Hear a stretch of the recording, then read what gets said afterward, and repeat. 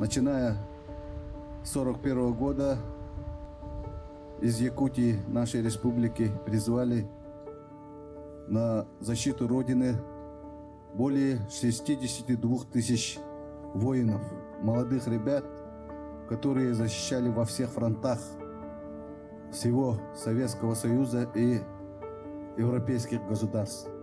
Беларусь в разные периоды своего существования неоднократно становилась ареной разрушительных сражений, но самой масштабной и жестокой стала Великая Отечественная война. Якутские бойцы ценой собственной жизни мужественно и храбро защищали белорусские земли, освобождая от немецко-фашистских захватчиков целые деревушки и крупные города. О якутских героях-освободителях, памяти и благодарности жителей Беларуси смотрите в нашем репортаже прямо сейчас. Великая Отечественная война перекроила Беларусь. Здесь нет ни одного клочка земли, которой бы не коснулась кровавая ладонь войны. Уже к началу сентября 1941 года вся территория республики была захвачена гитлеровцами. Эти 3 года оккупации здесь, конечно, не прошли бесследно. То есть проходили и политика выжженной земли, когда гитлеровцы проходили, уничтожали всю деревню, полили. Уничтожали также здесь и военных, и евреев, которых привозили с Европы.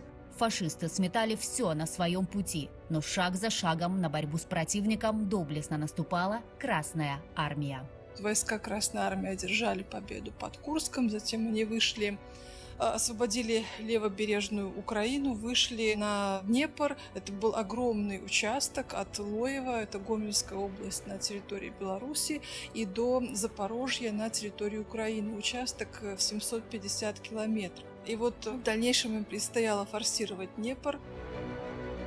Переломным моментом в пользу Красной армии следует считать 1943 год. Именно тогда с битвы за Днепр и началось освобождение белорусских земель.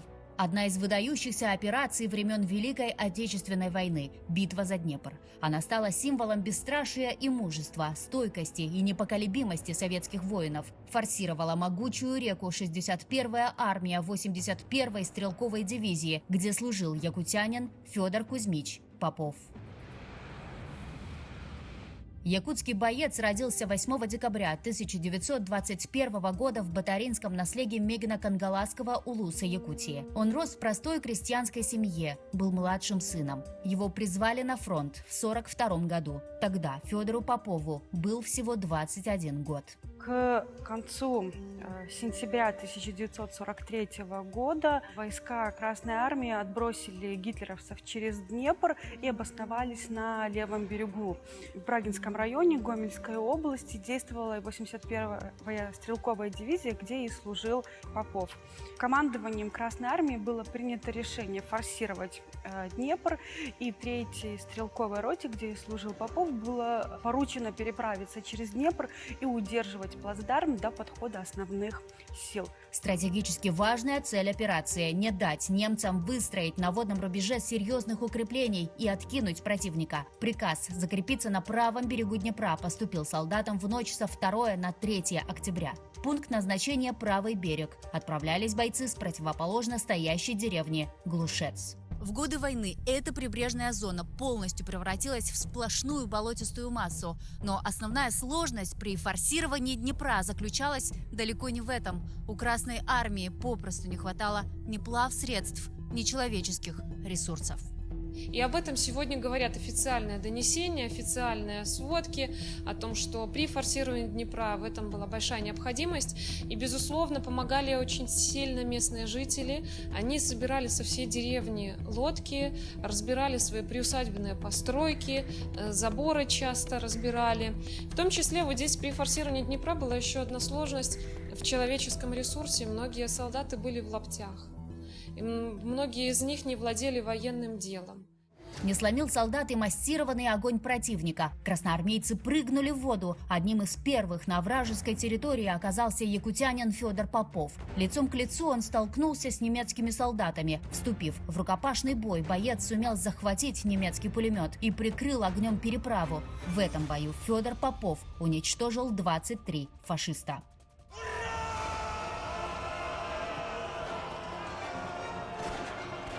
Бои продолжились и на следующий день. По данным сводок, 9 раз немцы ходили в атаку на красноармейцев, но и в этот раз Федор Попов проявил необыкновенное мужество. Прорвал фланг обороны противника и внезапным пулеметным огнем скосил 50 гитлеровцев. Уже к вечеру 3 октября советская дивизия переправилась на правый берег Днепра.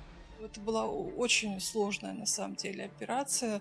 В общем-то, ведь и противник надеялся на то, что войска Красной Армии никогда не преодолеют Днепр. Это очень известные слова самого Гитлера. Он сказал, что скорее Днепр потечет обратно, нежели русские преодолеют его. Но, тем не менее, вот Днепр был форсирован. Форсирование Днепра сыграло ключевую роль в ходе Великой Отечественной войны. С победы на водном рубеже началось освобождение Беларуси. Боевая задача отважной дивизии была выполнена. Но какой ценой? Бои в этом Брагинском районе продолжались, и 11 октября Федор Кузьмич был смертельно ранен. Он погибает через 2 дня в госпитале от полученных ран. И уже в 1944 году ему было присвоено звание Героя Советского Союза. Надо сказать, что это первый уроженец Якутии, которому было присвоено столь высокое звание. Немеркнущий подвиг героя продолжает жить в памяти якутян, его земляков и жителей Беларуси. Какой добрейший души человек был Федор Кузьмич, рассказывал. Комсорг, а комсорг должен знать душу человека. Я очень горжусь нашим земляком, что он здесь воевал и первым форсировал реку Днепр. Очень гордимся подвигом. Нам рассказали, что Федор Кузьмич Попов был очень сильным, храбрым, мужественным и всегда добивался своей цели. Он отдал свою жизнь, чтобы помочь своим товарищам и своему народу. Славный сын якутского народа Федор Кузьмич Попов покоится в братской могиле деревни Деражичи. Герой Бутугар, Федор Бетигар, сакалы урой боллун, айха боллун.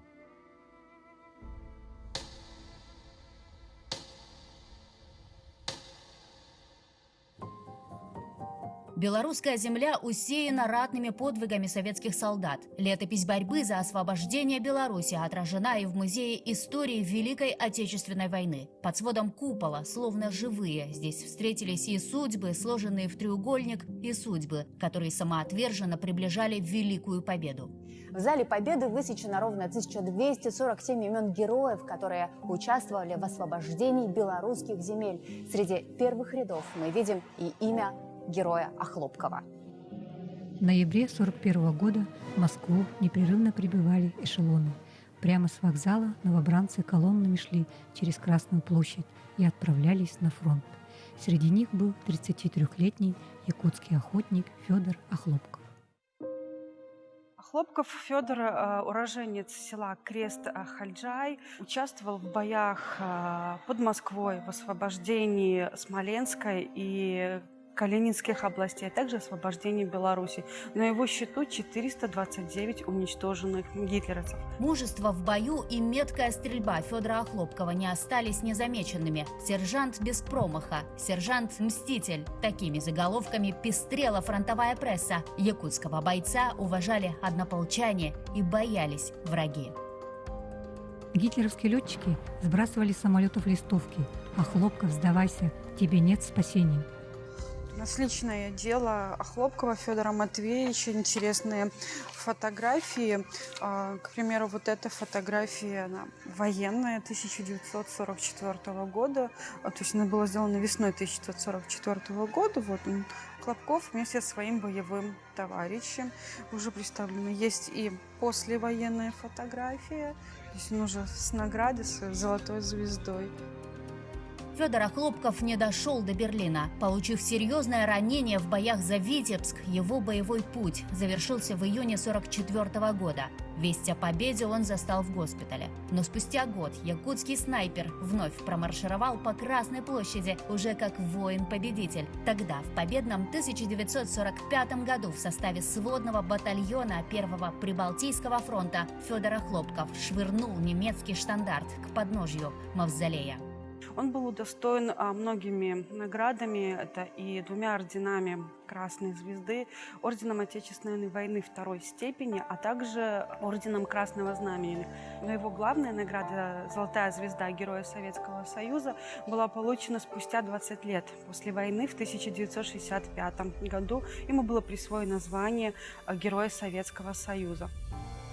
За честь и свободу Родины советские солдаты готовы были отдать самое дорогое – свои жизни. Они шли напролом, были твердыми и решительными. Каждый из них воевал не просто за победу, а за будущий мир, в котором сейчас живем мы. И священный долг каждого из нас – чтить память павших. Я думаю, что они сражались за свою землю. Они хотели, чтобы их будущее поколение жило мирно, спокойно, чтобы тоже не было войны. Из их жизни складывалась общая победа страны. Мы будем помнить их, солдат и офицеров 40-х годов 20 века. Будем читать их письма, перелистывать фотоальбомы, рассказывать о них своим детям и внукам. История пишется сегодня следопытами, поэтами, писателями. Поисковые работы идут. И эта работа, пожалуй, не закончится никогда. И не потому, что все новые и новые страницы истории героического сражения открывает нам время, а потому, что мы в вечном долгу перед павшими героями.